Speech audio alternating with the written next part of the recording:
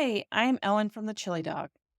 It's week 2 of the Funicular Cowl knit along with my friends from Makers Mercantile. And this week we're going to settle into our seats for some mosaic knitting. I think mosaic or slipped stitch colorwork is one of the easiest ways to create really intricate looking motifs without a lot of effort. As you work across the rows of the color chart, you'll only be knitting with one yarn at a time instead of having to manage both colors at once. The design is revealed by strategically skipping and slipping a few stitches in each row. Today, I'll be sharing a handful of tips to help you understand how to read both the mosaic chart in the pattern and your knitting to create this geometric cog motif. I'll also give a quick demonstration of what happens at the main color change that occurs between row 12 and row 13 of the pattern. Let's get started. We'll begin with 5 tips for mosaic knitting. Tip number 1. Unlike most knitting charts, you'll notice that for this pattern, the row numbers are highlighted with different colors. That's the color of yarn that you're going to use to knit across the entire charted portion of the row. On the right side, you'll knit your first 3 stitches with your contrasting yarn. If you need to, you'll make that Intarsia-like twist after the I-cord edging, and then you'll continue on holding only the indicated color of yarn. Tip number 2. When you slip a stitch, make sure to slip purlwise so it doesn't get twisted up. Which leads us nicely into tip number 3. After your slipped stitch or stitches, there's no need to over tighten the next stitch that you actually knit or purl. You don't want this fabric to pucker. Instead, you should have a short length of yarn laying across the wrong side of the slipped stitches. Tip number 4. For this pattern, the chart is repeated across 6 stitches. Because of our neckline increases, it's okay if the last chart repeat on the right side ends after any of those 6 stitches. Just keep track of where you ended so you can resume at the same column of stitches on the wrong side rows. I find it's a lot easier to just read my knitting rather than referring to the chart as I work across the wrong side rows. After working the first 4 wrong side edging stitches, if the stitch is the same color as the yarn that you're holding, go ahead and just purl the stitch.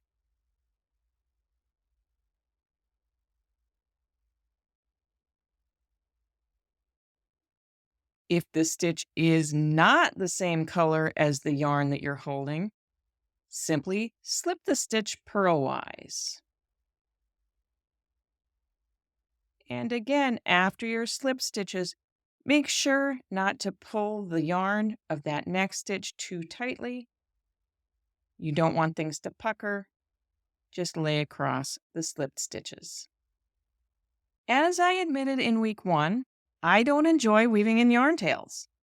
So as I finish one master color ball of the Zauberperlen and begin the next ball, I'm going to join the new yarn exactly like I did earlier for the contrasting color. Since I'm all done with this first ball, I'm going to go ahead and either cut or break it, leaving a yarn tail that is long enough to weave in later. And then I'm done with that. To join the next color, I'll look at my yarn. It has a blunt end because it's a brand new ball. So I'm going to just break off a small piece, and that leaves a nice wispy tail here.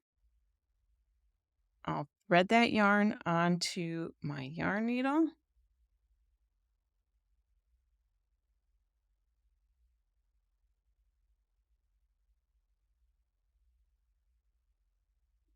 I'm going to slide the needle close to the end of yarn without letting it fall off.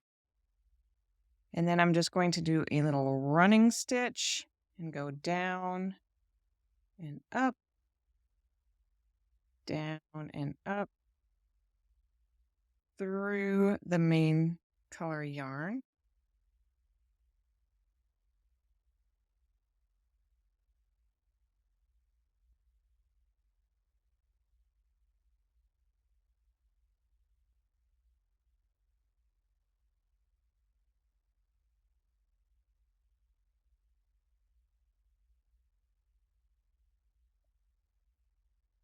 I'm going to pull the needle through, making sure that that loop doesn't close all the way up. If it starts getting too small, I'll just pinch the loop and finish pulling my needle through and off. Hold on to the loop as you straighten out the bunch. And I'm going to set this down just for a minute.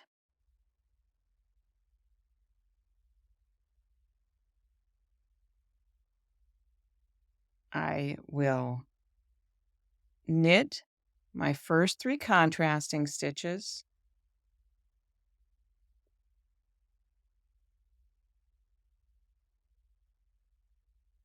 And then I'm ready to begin knitting with my new yarn. So I'm going to insert my needle knitwise through the stitch, slip that loop up onto my needle and pull it through and drop the stitch off.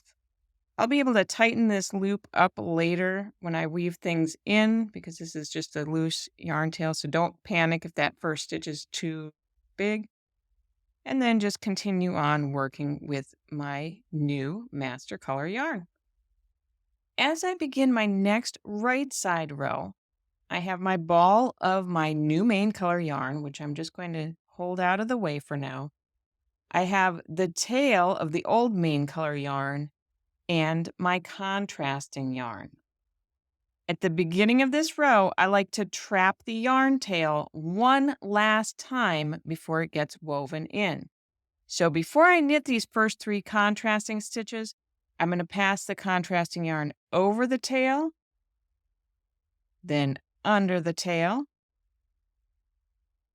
pull that tail out of the way into the left and just hold it in place until I knit that first stitch. And when I knit the first stitch, it's going to trap that tail one last time.